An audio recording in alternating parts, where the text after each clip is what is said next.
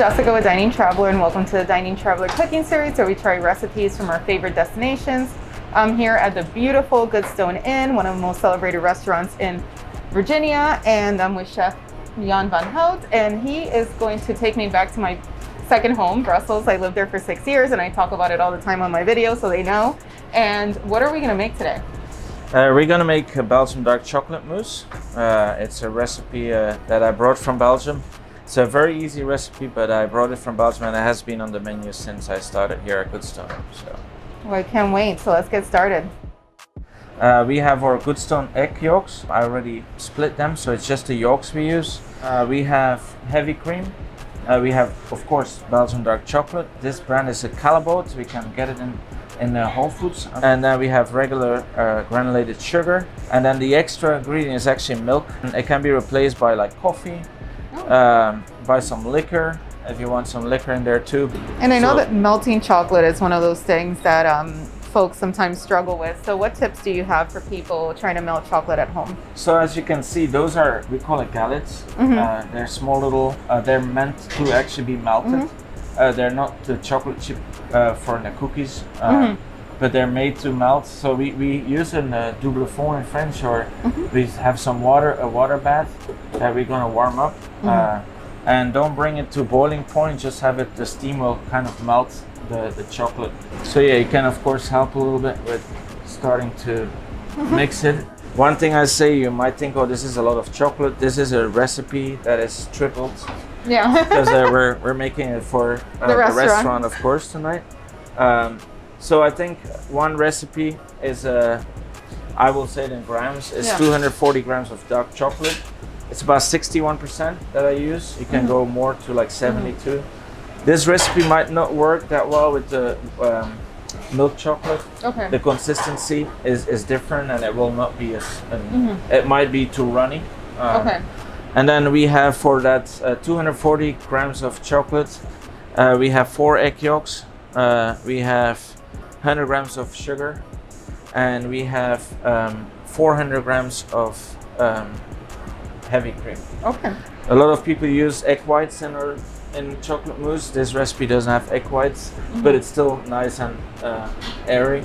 So we start with the egg yolks, and we're gonna make a ruban, we call in French. It's a mixture of egg yolks and sugar. Okay. And we're gonna start mixing it.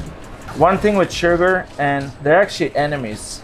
So if you put sugar on an egg yolk and you just have it sit there, it will start burning the egg yolk. So you have to be really fast to actually make them friends. If you don't do that, you will have as well little orange pieces in your chocolate mousse. That's actually the burnt. So this is one thing. As you can see, it started almost to turn white color. We're gonna start doing the heavy cream.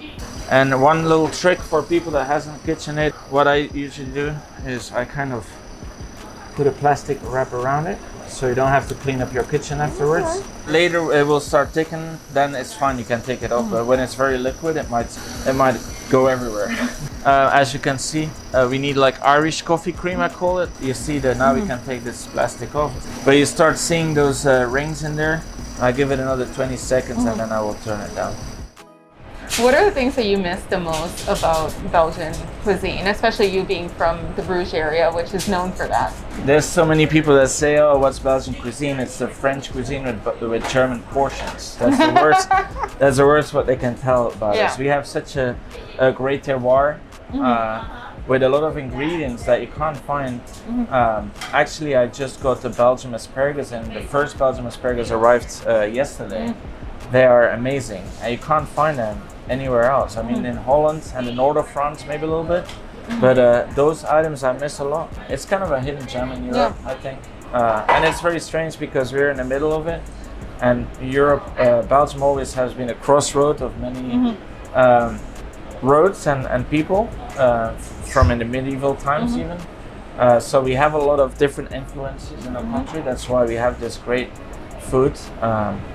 But yeah, so yes, we are now ready to kind of compose everything. So we're just gonna start with the half of the amount, and then we're gonna start mixing it together. I only take half of it because, as you can see, it's gonna start setting. Yeah. And then I will add the other part. If I do it all together, it's too much in once, and then the chocolate will get too fast, too hard, and it's gonna be a disaster. So now I add the second part. So this is a portion you have to pay attention. Like, you know, you can't. And this is even like having the milk not ready and still having to run to the fridge might be too late. And this is where the point is that I have to act with my milk. And you can be generous. I would say a half a cup or maybe a quarter of a cup on this recipe. And as you can see, when this milk actually start mixing with the dough, it will start loosening up again. So enough milk to just loosen things up. And not too much, because otherwise your chocolate mousse will be too liquid. So you probably want to start with a quarter of a cup of milk and see where it goes from there. But as you can see, it starts to become a smoother mousse again. So this is about the texture that we want. So again, I'm gonna start with having just half of it. If I would add all the heavy cream, my chocolate would get hard too fast. And now we're just gonna fold it under it. So we start from the bottom to the top. And of course, again, try to get all the chocolate before it gets hard. And you just kind of like fold from the bottom. I turn my bowl every time to kind of scrape the bottom, because if you don't do it by now, then you might have a recipe and a mousse, but then the whole bottom will be chocolate. Yeah. And then now this is where I'm gonna add the second part. And that's it basically. So we're gonna scrape off the sides, and then what I usually do when I put it in the fridge, I put it in a more flat container, so when it sets, it doesn't take like 10 hours to set, but more like 3 hours.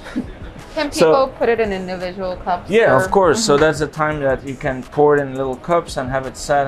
And this, I mean, I'm able to take this out in about an hour. Okay. But the best would be 3 hours, but I can work with it in about an hour. Okay.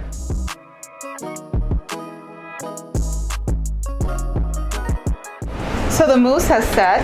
You had it in the fridge for a few hours, and now we're gonna plate it, and you're gonna do it in 2 different ways, right? Yeah, just in a way that is easier at home, and then a way that I would present in the restaurant. One of the reasons why I said that we don't use egg whites is because we can make these nice quenelles, and it turns out to stay nice, you know, like this. Just a simple presentation.